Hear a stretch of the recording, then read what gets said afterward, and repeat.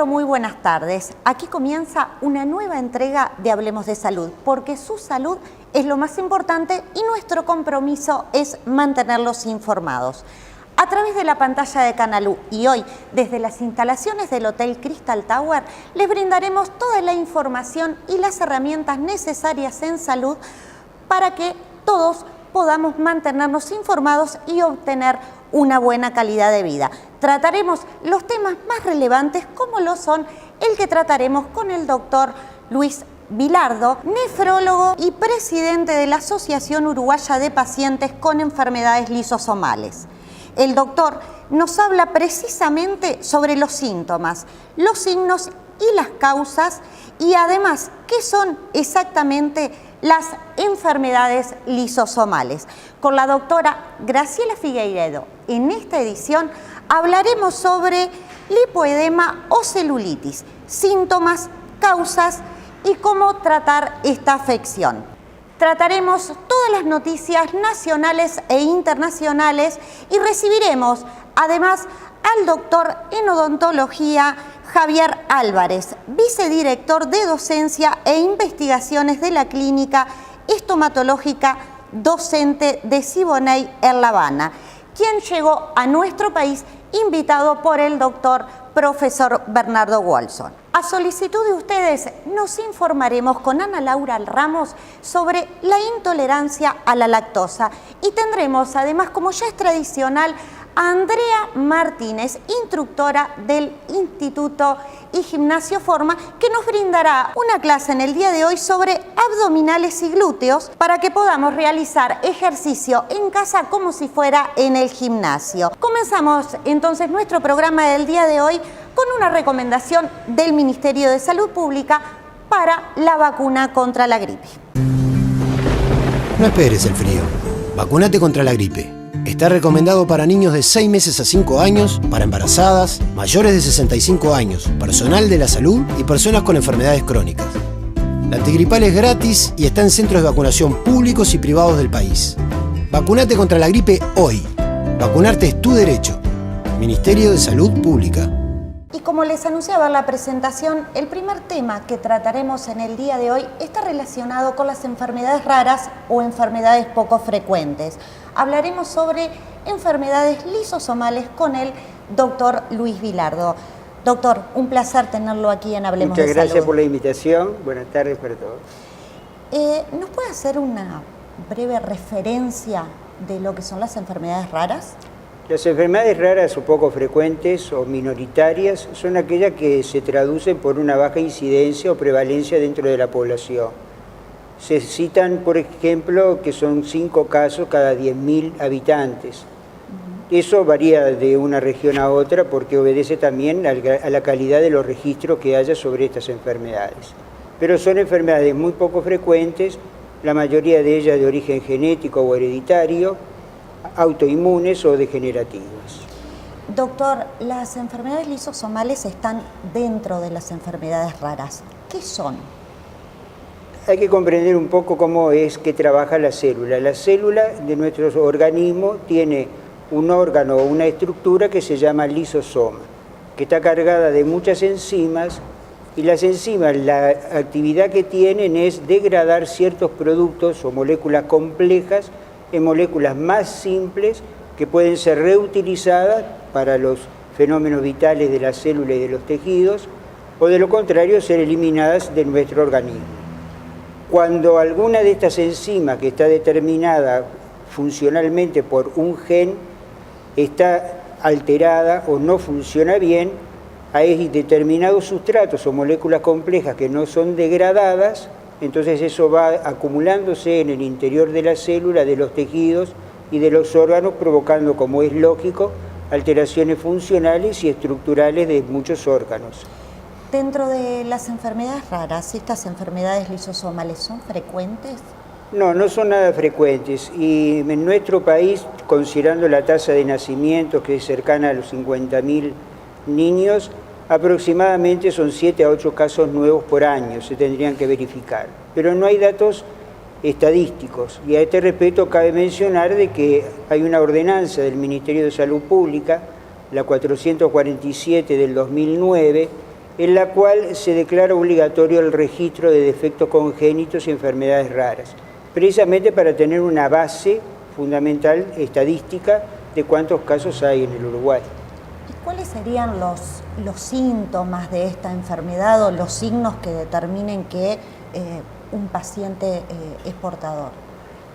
Se describen que hay más de 40 enfermedades lisosomales y la mayoría de ellas se presentan ya a veces desde el nacimiento, pero no todas. A veces tienen un comienzo o desarrollo a nivel de la infancia o de la adultez inclusive, de manera tal de que son de representación muy atípica muchas de ellas y son todas diferentes una a la otra. En nuestro caso particular de las enfermedades lisosomales, la mayoría de ellas son detectadas a nivel del pediatra y se traduce por trastornos de repente en la valoración y en la evolución psicomotriz del paciente, y a veces también hay alteraciones del tipo retardo mental también, ¿verdad? O sea que es una enfermedad que el especialista que la detecta es un pediatra, o sea que la detección más que nada es en la niñez. Es en la niñez, pero existen también variantes de estas enfermedades que se presentan más tardíamente. O los síntomas al principio de las enfermedades son mal comprendidos por los médicos que las asisten, cosa que es común a todas estas enfermedades poco frecuentes. Hay poca experiencia a veces a nivel médico nacional, lo que hace que muchas veces los síntomas o los signos que aparecen en el paciente sean mal equilibrados, mal evaluados, y es una lógica que le pasa a la mayoría de los pacientes, que es el ambular de repente en consultas con especialistas, con uno y con otro, hasta que es finalmente diagnosticada. En el caso de tener un diagnóstico de una enfermedad lisosomal, ¿cuál sería el tratamiento? Bueno, hay tratamientos que podrían ser genéricos, como a todos los pacientes, es decir, basado en el tratamiento de los síntomas que puedan tener, pero también como la base de estas enfermedades es la ausencia de una enzima, existe la posibilidad de reponer esa enzima faltante en el organismo, que son los llamados tratamientos de reemplazo enzimático o tratamientos sustitutivos enzimáticos. En esos casos, para algunas enfermedades particularmente, existe la posibilidad de este tratamiento de sustitución enzimática. Me estoy refiriendo a la enfermedad de Gaucher, a la enfermedad de Fabry, a algún tipo de mucopolisacaridosis, a la enfermedad de Pompe. Están en desarrollo indudablemente también la posibilidad de tratar otro tipo de enfermedades. El tema de esto es que a veces las empresas farmacéuticas tienen que hacer grandes inversiones para el desarrollo de estas drogas y muchas veces no existe esa capacidad de inversión para el desarrollo de las mismas. De ahí que también como corolario hay muchas enfermedades de este tipo que no tienen tratamiento en el momento actual y son de un costo elevadísimo los tratamientos. Doctor, hay varias asociaciones que manejan o que tratan este tipo de enfermedades. ¿Cuál es el objetivo en particular de cada una de ellas? La asociación nuestra surgió en principio porque yo, siendo médico nefrólogo, me he encontrado con pacientes que tenían una patología que es la enfermedad de Fabry con impacto a nivel renal. Entonces muchas veces llegaban a etapas terminales de la función renal, incluso reemplazo con tratamiento sustitutivo mediante las diálisis. Y ahí fue cuando nos dimos cuenta, toda la parte de nefrológica también, de que podían haber pacientes que estaban subdiagnosticados o no diagnosticados de esta enfermedad. Esa es la vinculación mía particularmente con las enfermedades lisosomales y en particular con la enfermedad de Fabry como nefrólogo. ¿Dónde acudimos si estamos ante un caso de una enfermedad lisosomal? Como hay muchas alteraciones a nivel de los organismos, los síntomas son muy variados, de manera tal de que el equipo asistencial tiene que ser multidisciplinario. Y a eso me refiero, que tiene que ser visto por el cardiólogo, por el nefrólogo, por el hematólogo, por la parte de rehabilitación, que es muy importante en los pacientes, sobre todo cuando tienen determinado tipo de enfermedades, como la mucopolisacaridosis, que produce cierto grado de invalidez y de desarrollo psicomotriz. Entonces se necesita el fonoaudiólogo, el psicomotricista, es un equipo multidisciplinario. A este respecto cabe señalar también de que el Banco de Previsión Social ha creado un centro de referencia para estas enfermedades, sobre todo porque ellos tienen gran experiencia a nivel pediátrico y en edades relativamente tempranas de la vida. De manera tal de que se hace imperativo tener un centro de referencia donde se puedan conjugar las experiencias de los distintos especialistas y brindarle el sustento y el apoyo de rehabilitación de estos pacientes, con el genetista al lado, porque estas enfermedades es muy importante reconocer que son de origen genético y hereditario.